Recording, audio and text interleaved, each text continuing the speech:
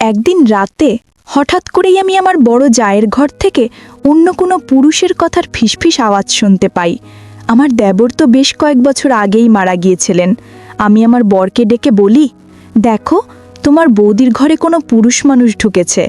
সে তখন তার বৌদির ঘরে গিয়ে দেখে বৌদি পুজো করছে। সে তখন উল্টো আমাকেই বকাবকি করে। তারপরের দিন আমি আবার সেই ঘরে পুরুষের কণ্ঠ শুনতে পাই। সেদিন রাতে লুকিয়ে লুকিয়ে আমি সেই ঘরের মধ্যে যা দেখেছিলাম তা দেখে তো আমার আত্মা কেঁপে উঠেছিল। কারণ সেখানে তো আমার বন্ধুরা। আমার নাম হৃদিকা। আমি একটা মধ্যবিত্ত পরিবারের শিক্ষিত একটি মেয়ে। আমার লেখাপড়া শেষ হওয়ার পর আমার মা বাবা আমার জন্য সম্বন্ধ দেখতে শুরু করে। যার সাথে আমার বিয়ে ঠিক হয় তার নাম পলাশ। দুই পরিবারের সহমতেই বিয়ে হয়ে যায় আর আমি শ্বশুরবাড়ি চলে যাই। আমার শ্বশুরবাড়িতে আমার বরের সাথে তার বৌদি থাকতো। আমার শ্বশুর শাশুড়ি অনেক বছর আগেই মারা গিয়েছিলেন। আমার বড় যা বিধবা ছিলেন, তার এই পৃথিবীতে কেউ ছিল না। এই জন্য সে তার শ্বশুরবাড়িতেই থাকতো। তার কোনো ছেলেমেয়েও ছিল না, আর সে খুব কম বয়সেই বিধবা হয়েছিলেন। আমি আমার বড় জায়ের ঘরে গিয়ে গল্প করছিলাম। সে খুব ভালো মহিলা ছিলেন। সে খুব পূজা অর্চনা করত। সে আমার বরকে এতদিন নিজের আপন ভাইয়ের মতো করে দেখে এসেছে। বিয়ের পর আমি রোজ তার ঘরে গিয়ে গল্প করতাম। আজ আমি তার পা টিপে দিচ্ছিলাম। আমার বড় যা আস্তে আস্তে ঘুমিয়ে পড়ে, আর আমি রান্নাঘরে চলে যাই। আমি দিদির জন্য চা বানিয়ে তার ঘরে তাকে দিয়ে আসি। তারপর আমি রান্নাঘরের বাকি কাজকর্ম সেরে দিদির শাড়িগুলোকে ইস্ত্রি করে তার আলমারিতে সাজিয়ে রেখে দিই। এরপর আমি নিজের ঘরে যাই। সব কাজ সেরে নিজের ঘরে যেতে যেতে রাত 10টা বেজে গেল। পলাশ তখন শুয়ে পড়েছিল। আমি সারাদিন ওকে সময় দিতে পারতাম না, কারণ আমি সারাদিন খুব ব্যস্ত থাকতাম। দিদি বিকেল 3:30-র আগে ঘর থেকে বেরোতেন না। তার আগে অবধি তার যা দরকার হতো সে আমাকে বলতো। দিদির কাজ করতে আমার ভালোই লাগতো, কারণ দিদি আমাকে আশীর্বাদ করত, আর আমার সেটাই দরকার ছিল। দেখতে দেখতে আমার বিয়ের 1.5 বছর পার হয়ে যায়, কিন্তু এখনও আমার কোনো বাচ্চা হয়নি। দিদি খুব মনোযোগ দিয়ে পুজো করত। পলাশ আমাকে বলে দিদির আশীর্বাদ নিতে আর দিদিকে বলতে সে যেন আমার হয়ে ঠাকুরের কাছে প্রার্থনা করে। দিদির প্রার্থনা ঠিক শুনবে। একদিন পাড়ায় দিদি খুব নাম ছিল। প্রতিবেশীর কোনো বাচ্চা অসুস্থ হলে তাদের মা দিদির কাছ থেকে আশীর্বাদ নিয়ে আসতো। বলা হতো দিদির আশীর্বাদ পেলে তারা সুস্থ হয়ে যাবে। আমার বর বলতো যে আমাকে খুশি রাখতে হলে আমার বৌদিকে খুশি রাখতে হবে। তাই আমি খুব ভালো করে দিদির দেখাশোনা করতাম। কিন্তু আস্তে আস্তে আমার আর দিদির সম্পর্ক খারাপ হতে থাকে। একদিন এমন একটা ঘটনা ঘটে গেল যেটা আমাকে খুব বিব্রত করে দিল। এতে আমার আর দিদির সম্পর্ক আরও খারাপ করে দেয়। তারপর থেকে আমি দিদিকে অপছন্দ করতে শুরু করি। আমি রোজ রাতে দিদির পা টিপে দিতাম। আজও আমি সেটাই করছিলাম। সেদিন আমার দিদির ঘর থেকে যেতে যেতে 10টা বেজে যায়। আমার বেশ কিছুদিন ধরে রাতে ঘুম আসছিল না, তাই আমি আজকাল ঘুমের ওষুধ খেয়ে ঘুমাতে যাই। যখন আমি ঘুমের ওষুধ খেতে যাই তখন দেখি শিশিতে কোনো ওষুধ নেই, সব শেষ হয়ে গেছে। এই রাতের বেলা আমি কোথা থেকে ওষুধ আনবো? ভাবি এখন সারা রাত আমি কি করে কাটাবো? সারা রাত আমার ঘুম তো আসবে না। আমি পলাশকে ডাকার চেষ্টা করি, কিন্তু সে গভীর ঘুমে মগ্ন। সারা দিন কাজ করে আমি খুব ক্লান্ত ছিলাম, তাই আমিও শুয়ে পড়লাম। ভাবলাম সারা দিনের ক্লান্তির জন্য হয়তো আমি ঘুমের ওষুধ ছাড়াই ঘুমিয়ে পড়ব। কিন্তু আমি ভুল ভেবেছিলাম। রাত 4টে বেজে গেল, কিন্তু এখনও আমার চোখে ঘুম এলো না।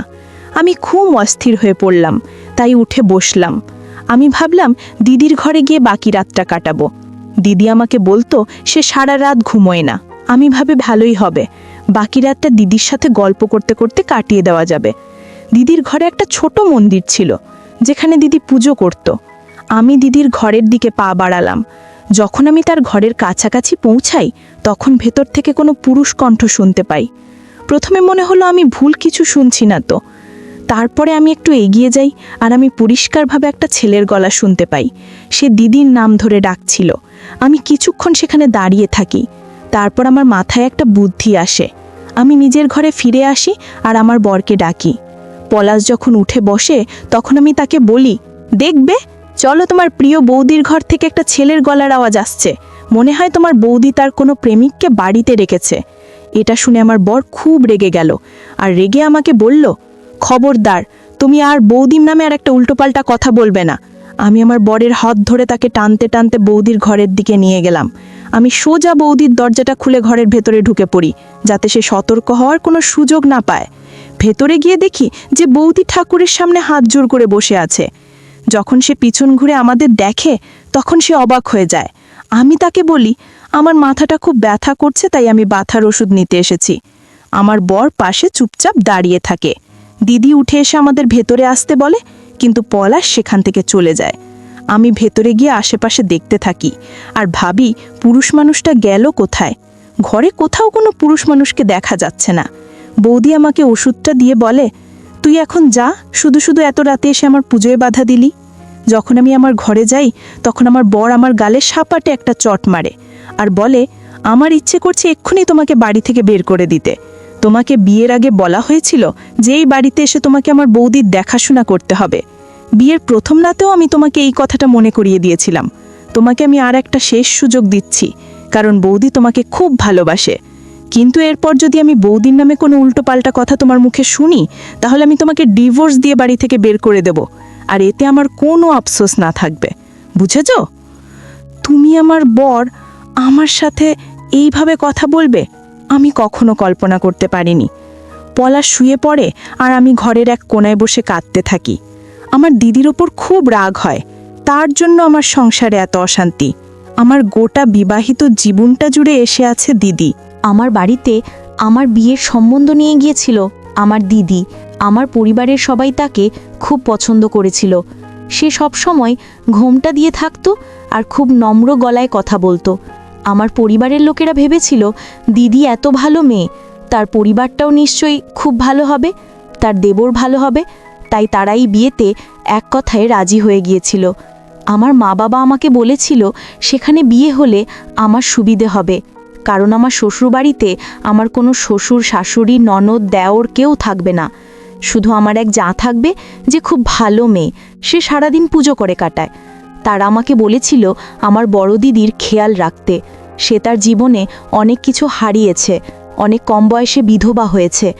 আমি ঠিক করেছিলাম মা বাবার কথা মেনে নেব।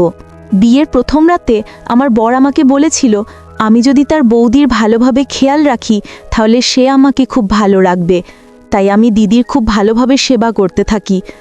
পলাশ রোজ অফিস থেকে ফেরার পর তার বৌদির ঘরে যেত আর তার সাথে কথা বলতো। আজও সে বৌদির ঘরে গিয়ে 2.5 ঘন্টা কাটিয়ে আসে।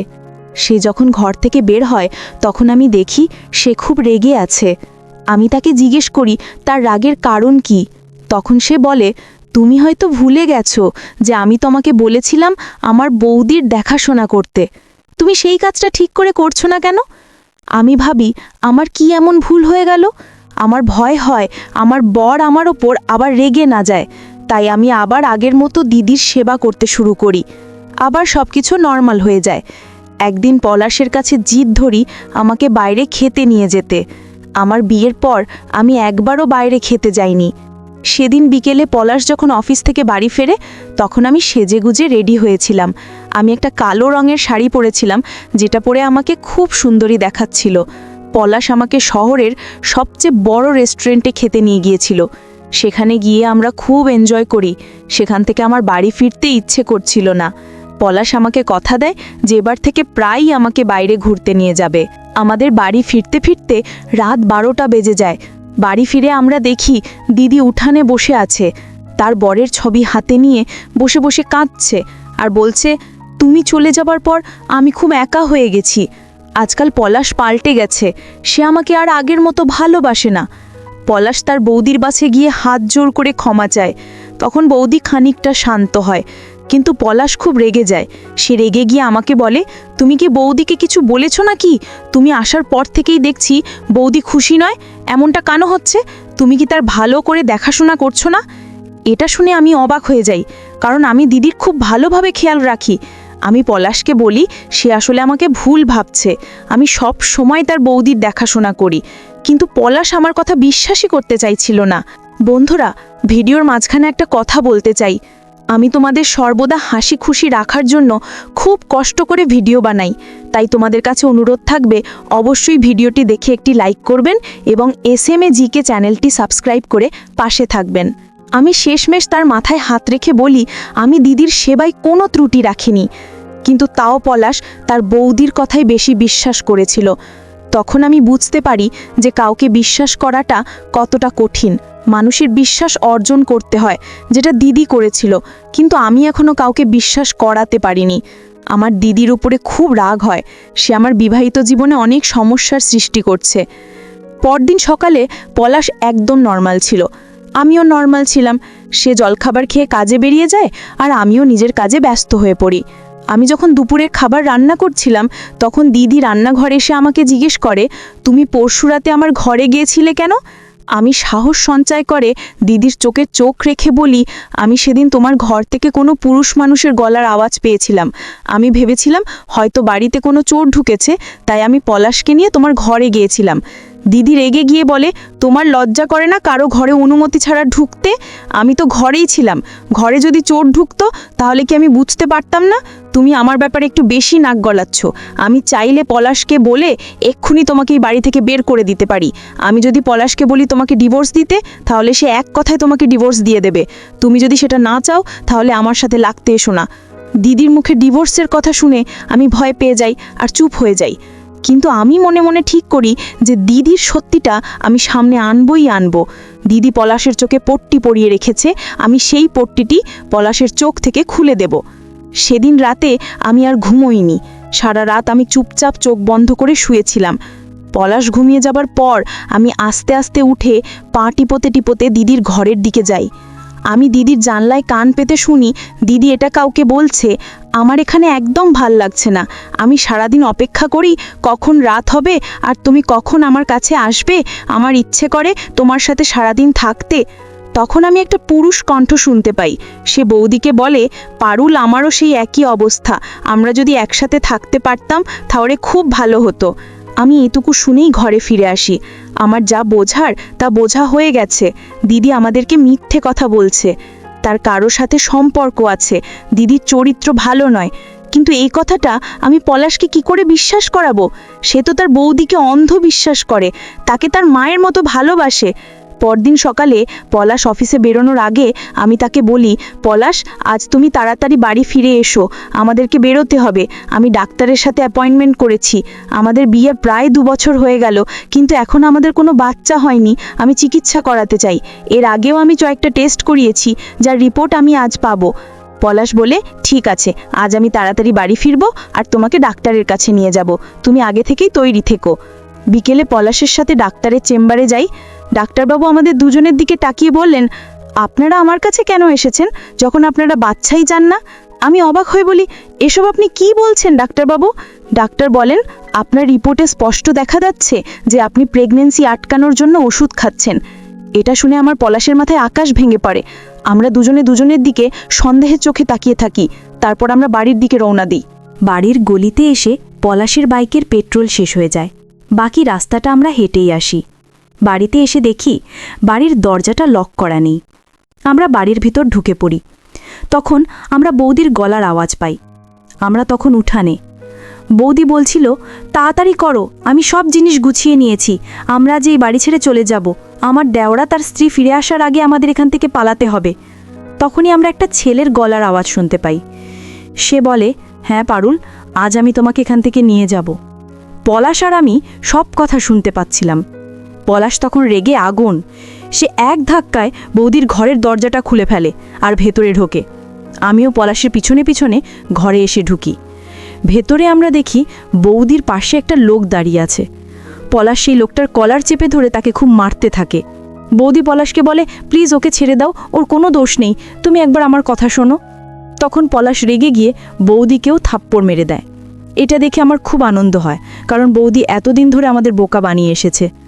বৌদি কাঁদতে শুরু করে। সে আমার কাছে এসে হাত জোড় করে বলে, আপু, তুমি পলাশকে প্লিজ বলো একবার আমার কথা শুনতে। তখন তার ওপর আমার খুব রাগ হচ্ছিল। ইচ্ছে করছিল এক্ষুনি বৌদিকে টানতে টানতে বাড়ি থেকে বের করে দিতে। কিন্তু আমি কোনো রকমে নিজের রাগকে কন্ট্রোল করে পলাশকে বলি, দিদি কি বলতে চাই একবার শুনে নাও। দিদি বলে, আমার এই লোকটার সাথে 3 বছর ধরে প্রেম চলছে। আমার বর মারা যাবার পরেই ও আমাকে প্রপোজ করে। ও ওর নাম বিমল। ও আমার বৌদির ভাই হয়। আমার বাড়িতে শুধু আমার দাদা বৌদি থাকতো। আমার মা বাবা ছোটবেলায় আমাকে ছেড়ে চলে গিয়েছিল। আমি আমার বৌদির উপর অনেক অত্যাচার করেছি। সবসময় দাদার কাছে বৌদির নামে নালিশ করতাম আর দাদার মনটা বৌদির বিরুদ্ধে বিষে পরিণত করে তুলেছিলাম। এই কারণে দাদা বৌদিকে ডিভোর্স দিয়েছে। দাদার বৌদি ছাড়াছাড়ি হয়ে গেছে আর বৌদি এখন বিমলের সাথে তার বাপের বাড়িতেই থাকে। আমার বিয়ে হওয়ার আগে থেকেই বিমল আমাকে পছন্দ করত, কিন্তু আমি সেটা জানতাম না। আমি যদি সেটা জানতাম তাহলে আমি তার বোনের সাথে এমনটা করতাম না। এখন আমার আফসোস হয় যে আমি বৌদিকে ঠিক করে সংসার করতে দিইনি। আমি সবসময় চেয়েছিলাম বাড়িতে সব কিছু আমার ইচ্ছা মতো হোক। আমি শ্বশুর বাড়িতে এসে নিজের হুকুম চালাতে চেয়েছিলাম, কিন্তু আমার বর আমার বিয়ের 8 মাস পরই মারা যান। তারপর থেকে আমি আমার দেওরের উপর হুকুম চালাতাম। পলাশ আমার কথা শুনতো আর আমাকে যথেষ্ট শ্রদ্ধা করত, তাই আমি ওকে দিয়ে যা ইচ্ছে তাই করাতাম। লোকে আমাকে বলতো যে বৌদি হয়ে আমার দেওরের বিয়ে দেওয়া আমার কর্তব্য, তাই আমি পলাশের বিয়ে দিয়ে তোমাকে এই বাড়িতে নিয়ে আসি। আমি সবসময় চেয়েছি বাড়িতে শুধু আমার হুকুম চলুক। আমি তোমাকে দিয়ে অনেক কাজ করাতাম যাতে তুমি ক্লান্ত হয়ে এই বাড়ি ছেড়ে চলে যাও, কিন্তু তুমি খুব ভালো মেয়ে জন্য কিছুতেই বাড়ি ছেড়ে গেলে না। আমি রোজ রাতে বিমলের সাথে দেখা করতাম। আমি আমার ঘরের জানালাটা খুলে দিতাম, সেখান থেকে বিমল আমার ঘরে ঢুকতো। এখন আমি ঠিক করেছি আমি বিমলের সাথে চলে যাব আর আমরা বিয়ে করব। আমি তোমার খাবারে বাচ্চা না হওয়ার ওষুধ মিশিয়ে তোমাকে খাওয়াতাম, যাতে তোমাদের কোনো বাচ্চা না হয়, কারণ আমার ভয় ছিল যদি তোমাদের বাচ্চা হয় তাহলে তোমরা আমাকে ভুলে যাবে। এইসব শুনে আমার মাথায় আকাশ ভেঙে পড়ে। দিদি আমার এত বড় ক্ষতি করতে পারলো? আমরা সবাই চুপ করে দাঁড়িয়েছিলাম। তখন বিমল বলে, তুমি কি ভেবেছিলে পারুল আমি তোমাকে ভালোবাসি? এটা তোমার ভুল ধারণা ছিল। আমি তোমার সাথে ভালোবাসার নাটক করেছি। আমি তোমাকে কোনোদিন বিয়ে করতাম না। তোমাকে আমি এখান থেকে নিয়ে গিয়ে রাস্তায় ছেড়ে দিতাম। আমি কখনোই ভুলতে পারবো না যে তুমি আমার বোনের সাথে কত বড় অন্যায় করেছো। আজ তোমার জন্য আমার বোনের ঘর ভেঙে গেছে। সে সারাদিন বাড়িতে বসে বসে কাঁদে। তাকে দেখে আমার খুব খারাপ লাগে, আর তোমার উত্তর রাগ হয়। তুমি যদি আমার সাথে পালিয়ে যেতে তাহলে শ্বশুর বাড়িতে তোমার বদনাম হয়ে যেত। তুমি আর এখানে ফেরত আসতে পারতে না, আর আমিও তোমাকে বিয়ে করতাম না। তখন তুমি বুঝতে যে কাউকে ঠকালে কেমন লাগে। তুমি একেবারে একা হয়ে যেতে, আর আমি সেটাই চেয়েছিলাম। এসব বলে বিমল বাড়ি থেকে বেরিয়ে যাওয়ার জন্য দরজার দিকে এগোয়। তখন দিদি দৌড়ে গিয়ে তার পা ধরে বলে, বিমল আমার সাথে এমনটা কইরো না। এখন আমার কি হবে? তোমার বোনের সাথে যা করেছি তার জন্য আমি অনুতপ্ত। আমাকে ক্ষমা করে দাও, কিন্তু প্লিজ আমাকে ছেড়ে চলে যেও না। আমাকে অ্যাকসেপ্ট করে নাও। কিন্তু বিমল দিদির কোনো কথা শোনে না। সে দিদিকে ধাক্কা মেরে সরিয়ে গিয়ে বাড়ি থেকে বেরিয়ে যায়। তখন পলাশ এগিয়ে গিয়ে বৌদির হাত ধরে তাকে ঘরে নিয়ে গিয়ে বন্ধ করে দেয়। পলাশ তখন খুব রেগেছিল যে বৌদিকে সে তার মায়ের মতো ভালোবাসত, সে তার সাথে এত বড় বিশ্বাসঘাতকতা করলো। এই ঘটনার 3 দিন পর পলাশ তার বৌদির বিয়ে একটা 40 বছরের লোকের সাথে দেওয়ার সিদ্ধান্ত নেয়। দিদি এই বিয়ে করতে রাজি হননি, কিন্তু পলাশ তাকে বলে, দাদা আর এই পৃথিবীতে নেই, তাই এই বাড়িতে তোমার আর কোনো অধিকার নেই। কিন্তু আমি চাই না যে তুমি রাস্তা রাস্তায় ঘুরে বেড়াও, মানুষের বাড়ি বাড়ি গিয়ে ভিক্ষে করো। তুমি একজন মহিলা, তাই আমি তোমার রাখতে চাই। তোমার জন্য এটাই ভালো হবে। তুমি এই লোকটাকে বিয়ে করে নাও, তাহলে তুমি একটা সংসার পাবে, একটা মাথা গোজার মতো ছাদ পাবে। তুমি যদি বিয়ে না করো তাহলে আমি তোমাকে বাড়ি থেকে বের করে দেব। তারপর তোমার কি হবে সেটা আমি জানি না। আমি তোমাকে একটা শেষ সুযোগ দিলাম। দিদি কাঁদতে কাঁদতে বিয়ে করতে রাজি হয়ে যায়। দিদি লোকটাকে বিয়ে করেন।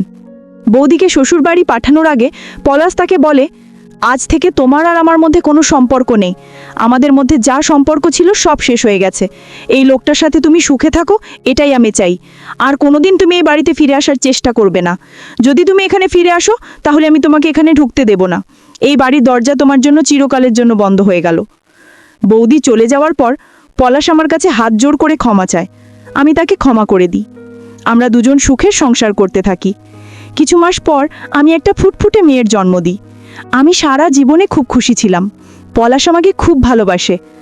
মানুষ পাপ করলে তার ফল এই জন্মেই ভোগ করে। এমনটাই আমার বৌদির সাথে হয়েছিল। আজ হয়তো সে নিজের জীবনে সুখে আছে, কিন্তু সে যেটা করেছে সেটা ক্ষমার অযোগ্য। বন্ধুরা, তোমাদের কাছে প্রশ্ন, বর মারা গেলে কি অন্য পুরুষের সাথে অবৈধ সম্পর্ক করো ঠিক? অবশ্যই কমেন্ট মাধ্যমে জানাবেন। তো বন্ধুরা, আজকে এই পর্যন্তই। ভিডিওটি দেখার পর যদি তোমাদের ভালো লাগে তাহলে অবশ্যই একটি লাইক করবেন এবং কমেন্ট করে তোমাদের মতামত জানাবেন। আর চ্যানেলটি সাবস্ক্রাইব করে সাথেই থাকবেন। ধন্যবাদ।